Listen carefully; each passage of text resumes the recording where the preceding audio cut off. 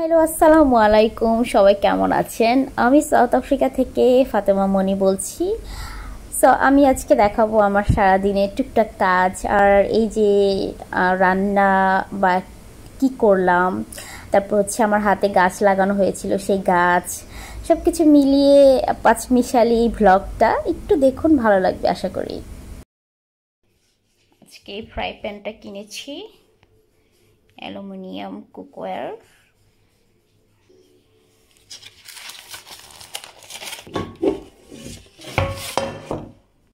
এটা হচ্ছে made in Italy, আর এটার প্রাইস নিয়েছে হচ্ছে 300 রান। এটা আমি উপরে ঢাকনাটা কিনি নাই। সো প্রথমেই শুরু করছি আমার বাসার পিছনের সাইডে আমাদের কিছু সবজি, মানে কিছু টুকটাক, সেটা হচ্ছে আমার কিচেনের দেয়ালের অপোজিট সাইডে, যেখান থেকে লাইন আমরা ইচ্ছা করে দিয়েছি যে কিচেনের যে থালা বাসন ধোয়ার পানিগুলো যাতে এই সরাসরি এই গাছের মধ্যে যায় আর সুন্দরভাবে গাছগুলো হয়। সো নিজেদের হাতে করে খাওয়ার মতো মানে মজাই আলাদা। তো এক্সট্রা করে পানিটা অতটা দিতে হয় না, যেহেতু থালা বাসন ধোয়ার যে লাইনটা আমরা দিয়ে দিয়েছি এখানে কিচেনের উল্টা সাইডে, এখানে দেখতে পাচ্ছেন। সো আমার খুব ইচ্ছা ছিল যে আমি আমার হাতে মানে ধনিয়া পাতা হোক বা কাঁচামরিচ হোক সেটা খাবো। কচু গাছ চেষ্টা করেছি, ভালোভাবে প্রপারলি করা হয়নি, বাট আবার করব। বাট এই যে পেঁপে গাছ হয়েছে, আর বিশ্বাস করবেন একটা ধনিয়া গাছ থেকে বিগত 3 বছর ধরে ওই যে ওটার থেকে যে বীজটা বারবার পড়তেছে, বারবার হয়ে যাচ্ছে। আর কাঁচামরিচ গাছটা কিভাবে হয়েছে জানেন? আমি শুকনো মরিচ আমার যেটা কিনি ওটার যে বীজ আমি ফেলেছিলাম, শুকনো মরিচের ভিতর থেকে যে বিচি যেটাকে বলে, বিচিটা আমি ফেলে রেখেছিলাম, জাস্ট ফেলে রেখেছিলাম, হয়ে গেছে। দেখেন কত সুন্দরভাবে গাছটা হয়েছে। আমি কোনো জায়গা থেকে গাছ কিনিও নাই, প্লাস হচ্ছে আমি এইটার জন্য এক্সট্রাভাবে কোথাও থেকে বীজ কিনি নাই, মানে কাঁচা মরিচের জন্য। আমার ঘরে যে মরিচ, শুকনো মরিচ ভেজে বা ভর্তা খাওয়ার জন্য, সেখান থেকে যে বিচি বের হয় সেই বিচিগুলো ফেলে রেখেছি, জাস্ট এতটুকু। আর এখান থেকে যে এভাবে আল্লাহর রহমতে, আল্লাহর অশেষ কুদরতে এত সুন্দর এত বড় 2টা গাছ হবে কাঁচা মরিচ, মানে এটা তো শেষ পর্যায়ে আমি দেখাচ্ছি। ওকে, আমি এই ধনিয়া পাতা এখান থেকে কয়েকবার বলতে 10-15 দিন হয়ে গেছে খাইছি। তারপর হচ্ছে কাঁচা মরিচ প্রতিদিন লাগতেছে, খাচ্ছি। এই যে একটা, ওখানে একটা, 2টা পেঁপে গাছও 2টা পেঁপে হয়েছে, এই যে দেখতে পাচ্ছেন। এই গাছটা হচ্ছে আমার যেখানে আমাদের বাসার যে টাঙ্কি, মানে পুরো বাসাটা আমি একা থাকি, তো টাঙ্কির সাইডে এই গাছটা, পেঁপে গাছ কিন্তু 2টা আমার। তো এটাতে পেঁপে ধরেছে, আর একটাতে হচ্ছে বড় হচ্ছে, ওটা হচ্ছে কিচেনের পিছন সাইডে, আর এটা হচ্ছে আমাদের মানে বেডরুমের জানালার পিছন সাইডে এই পেঁপে গাছটা। সো সব কিছু মিলিয়ে আমার ছোট্ট একটু ভালো লাগাটা আপনাদের সাথে একটু শেয়ার করলাম। ওকে, দেখতে থাকুন, ভালো লাগবে। আজকে আমি রান্না করব, একটু আগে যে আমার ছোট্ট একটা গাছের ভিডিও দেখাইলাম, যে কাঁচামরিচ গাছ, ধনিয়া পাতা গাছ। সো টমেটো খেয়েছি, টমেটো গাছ শেষ, মানে উঠে ফেলছে মনে হয় সো গাছের। তো এই যে এখানে আজকে আমি রান্না করব এই মাছটা ভুনা করব। ওকে, আর হচ্ছে এখানে রসুন কুচি, ধনিয়া পাতা, এগুলো স্পেশালি হচ্ছে ডালের জন্য করা। আরেকটু ধনিয়া পাতা আমি আনাবো। সো এতটুকু ধনিয়া পাতা দিয়ে আমি শুধু ডালটাই রান্না করবো, আর মাছের জন্য আরও ধনিয়া পাতা আনাবো, যেহেতু অফুরন্ত ধনিয়া পাতা আমার গায়ে আছে। সো সমস্যা কি? সো এই যে এই যে দেখেন আমি ডাল বসিয়েছি। ও মাই গুডনেস, এটা তো গরম। এই তো আমি ডাল বসিয়েছি, একটু হলুদ, একটু ভাজা জিরা, মানে 1/3 স্পুনেরও কম, আর একটু লবণ দিয়ে আমি বসিয়ে দিয়েছি। আর যখন মানে এরকম বলক আসে, এটাকে কি বলে, মানে ফুটে সাউন্ড আসে, তখন এই ডালটার মধ্যে একটু গার্লিক অ্যান্ড জিঞ্জার পেস্ট, মানে হাফ স্পুন দিলে হবে, বা আধা চামচের থেকে একটু কম দিতে হবে। ওকে, তারপরে আমি এই ডালটা যখন একদম ঘন হয়ে আসবে, একটু মানে আমার মন মতো হবে যে আমি অতটুকু পানি সহ ডাল খাবো, তখনই আমি তার আগ দিয়ে আমি ডালটা বাগার দিব। ঠিক আছে, আর এখন আমি এই ফ্রাই প্যানটাতে এই মাছটা ভুনা করব। আমি সয়াবিন তেল পছন্দ করি না, যদিও আমার অভাবের কারণে মানে আমি পাচ্ছি না, মানে ক্রাইসিস, মানে কেপ টাউনে এই তেলটা পাওয়া যাচ্ছে না, মাস্টার্ড অয়েলটা পাওয়া যাচ্ছে না, যে আমি বড় বড় মানে দেখতেন আগে যে আমি কিনতাম, তো পাচ্ছি না। দ্যাটস দ্য রিজন আমি কী করবো, খেতে হবে, কিছু করার নেই। ডাল বাগারের জন্য কিছু পেঁয়াজ আমি রেখে দিই, হ্যাঁ, আর বাকিটা আমি হচ্ছে এসে দিয়ে দিই মাছের জন্য। মাছ শুধু ভুনা হবে আজকে। আমি কটা মরিচ দিই, গাছের মরিচ, মাশাআল্লাহ, সুবহানাল্লাহ। আর কি দিব এখানে, না একটু এটা একটু একটু কেন হেল্প, একটু লবণ দেবেন, হ্যাঁ, thank you thank you thank you. এই চামচের উপরে লবণ দেয় না তো। আচ্ছা ওকে, তো আমি এটা একটু ঢেকে দিই, পেঁয়াজটা সিদ্ধ হোক, তারপরে আমি বিভিন্ন স্পাইসি অ্যাড করব। আমি একটু দেখবো যে কেমন হলো পেঁয়াজটা।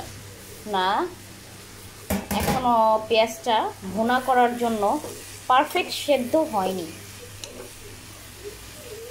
আমি আরও ফ্রাই করব পেঁয়াজটা, ঠিক আছে, কারণ যেহেতু শুধু ভুনা হবে।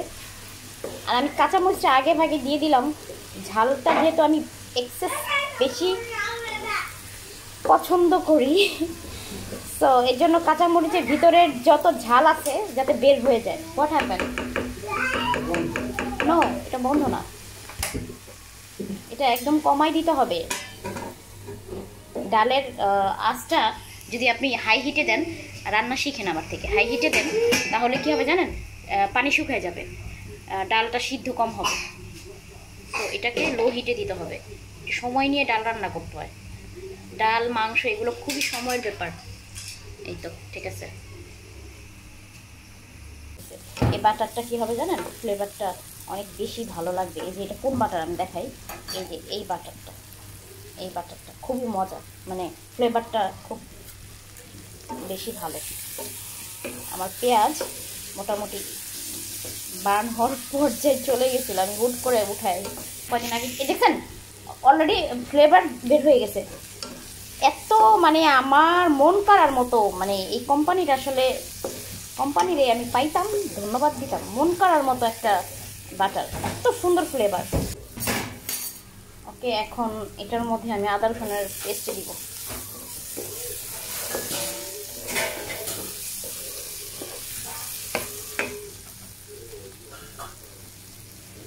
যে বিসমিল্লাহ,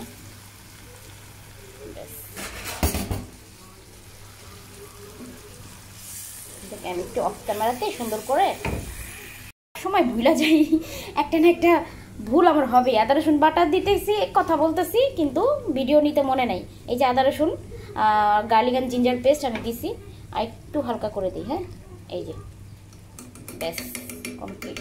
আচ্ছা,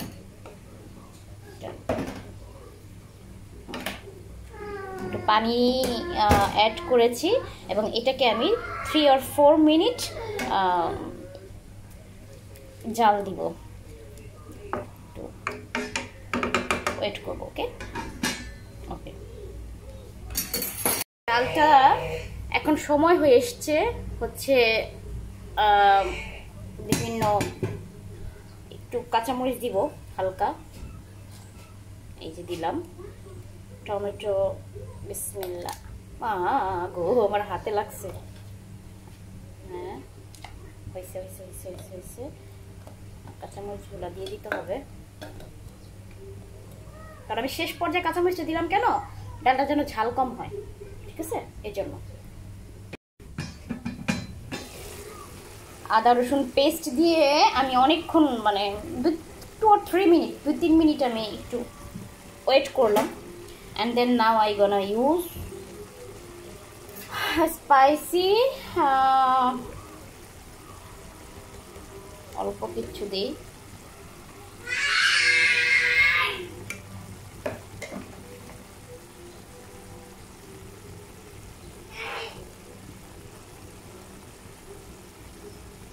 কোরিয়ান্ডার পাউডার এত দিতে হয় না,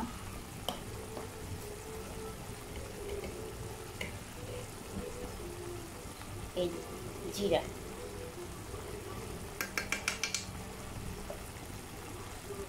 আর একটু মরিচ দিই। এটাকে আমি ভালোভাবে মিক্সড করব। ওকে, আমার আমার যে রান্না ছিরি।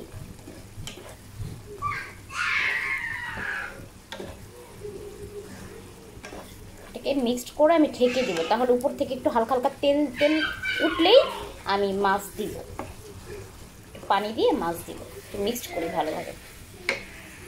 নিচে যে লেগে লেগে যে যাওয়ার যে একটা ভয়, সেটা লাগবে না।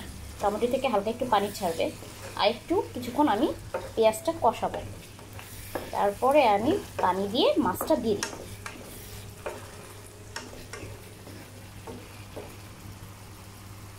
এই যে আমার ডাল,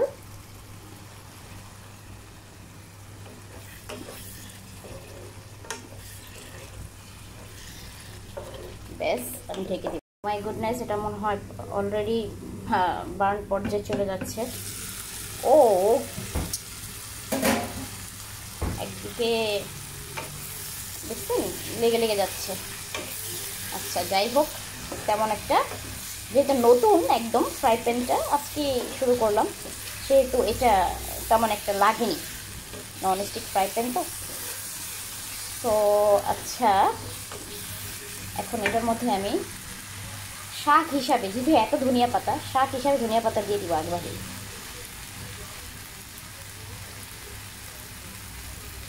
ওকে, অ্যান্ড দেন একটু পানি দিব।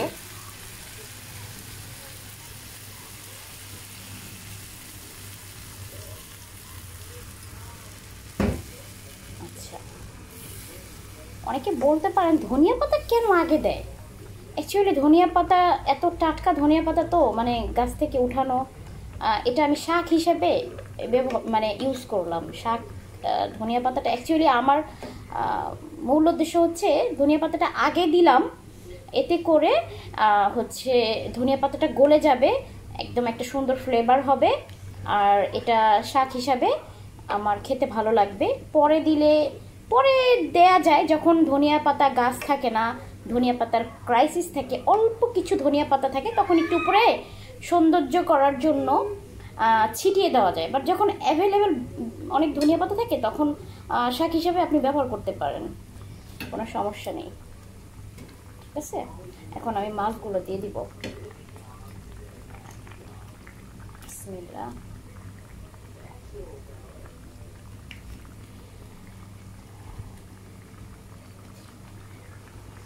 আমি আজকে ভাজিনি, মাছটা এত টাটকা ছিল, মাছটা এই কারণে আমি ভাজিনি। অনেক সময় ভাজা যায়, বাট আজকে ভাজলাম না, ভালো লাগছে না। অনেক তো রান্না দেখাইছি, অবশ্য অনেক ভিডিও কেটেও ফেলেছি, 100 কয়টা ভিডিও যেন আমি কেটে ফেলেছি। সো কোনো এক মধ্যরাতে কেটে ফেলেছি, ওগুলোর মধ্যে দেখা যেত যে অনেক অনেক অনেক মাছ আর ভাজা, মাছ ভেজে ভেজে রান্না করার ভিডিও। ওকে, আরও আছে মাছ।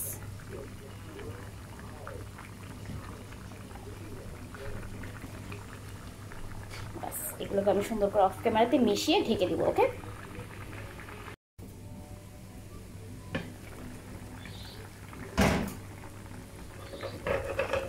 এটা বেশি একটা নাড়ানো যাবে না, এটা ঝুলাইতে হবে, মানে এভাবে ঝাঁকুনি দিয়ে দিয়ে যাতে মাছ না ভেঙে যায় আর ঝোলটা যেন শুকিয়ে যায়। সো ঝোলটা যেহেতু শুকায় নাই, আরও শুকাক, মাছটাও সিদ্ধ হোক, মাছের ভিতরে স্পাইসি মশলাগুলো সুন্দর মতো ভিতরে যাক, মাছটার স্বাদ হোক, মাছের ভিতর থেকে যে ফ্লেভারটা, মাছের অরিজিনাল যে ফ্লেভারটা, এটাও তরকারির মধ্যে ছড়াক। আরও সময় নেই, সমস্যা নেই, এত হারি না আমি। এবার আমি ডাল বাগার দিব। ডাল মোটামুটি শুকিয়ে আসছে, এটাকে নামিয়ে আমি বাগার দিব। ও, এটার মধ্যে ধনিয়া পাতা দিতে হবে।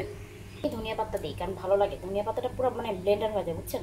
ব্লেন্ডার হয়ে গেলে এত সুন্দর, মানে মানে আগে স্বাদ দিয়ে কথা, মুখে খাবারটা মজা না লাগলে সৌন্দর্য দিয়ে আমি কী করবো, ধুয়ে পানি খাবো সুন্দর দিয়ে। সো এটা ব্লেন্ডার হয়ে গেলে খুবই মজা হয়ে যায়। এবার হচ্ছে আমি ডালটা বাগার দিব। ডালে বাগারের জন্য আমি তেল দিচ্ছি। আমার খুবই কষ্ট হচ্ছে কারণ আমার মানে সয়াবিন তেল দিয়ে রান্না করতে হচ্ছে। মিষ্টি জিরা, তারপর ধনিয়া আস্ত দিয়ে দিলাম। ঠিক আছে,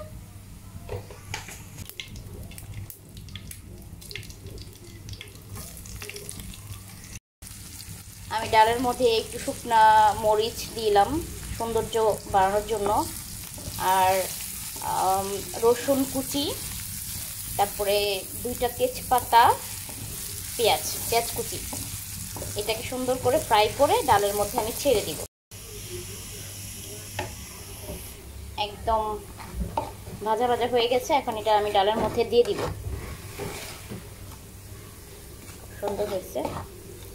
সরিষার তেল থাকলে একটু দিতাম আর একটু, কিন্তু সয়াবিন তেল এতটা দেয়া স্বাস্থ্যসম্মত হবে না।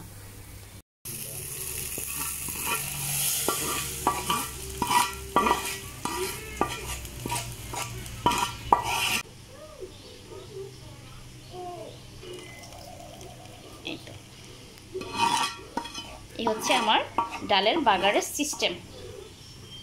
মাশাআল্লাহ আমার তরকারি হয়ে গেছে। গুলো এই ফল নিয়ে আসছি, এই কয়টা অবশিষ্ট আছে খেতে খেতে, আর 3 ফল। আর এগুলো গুছাচ্ছি, মানে সকালবেলার যে পরিস্থিতি ছিল আর এখনকার পরিস্থিতি কিছুটা গুছালাম। এখন এই ফলগুলো আমি এখানে রাখবো, ডিসপ্লে করব, সুন্দর করে খাবো। বাচ্চার জন্য ভয়েস রেকর্ড দিতে বাধ্য হচ্ছি, সো আমার সারাদিনে টুকটাক রান্না সহ সব কিছু দেখানোর চেষ্টা করলাম। আর এই আঙ্গুরের বক্সটা গতকাল রাতে রাখা হয়েছে, আমি অনেক বেশি আঙ্গুর পছন্দ করি ডিনারের পর।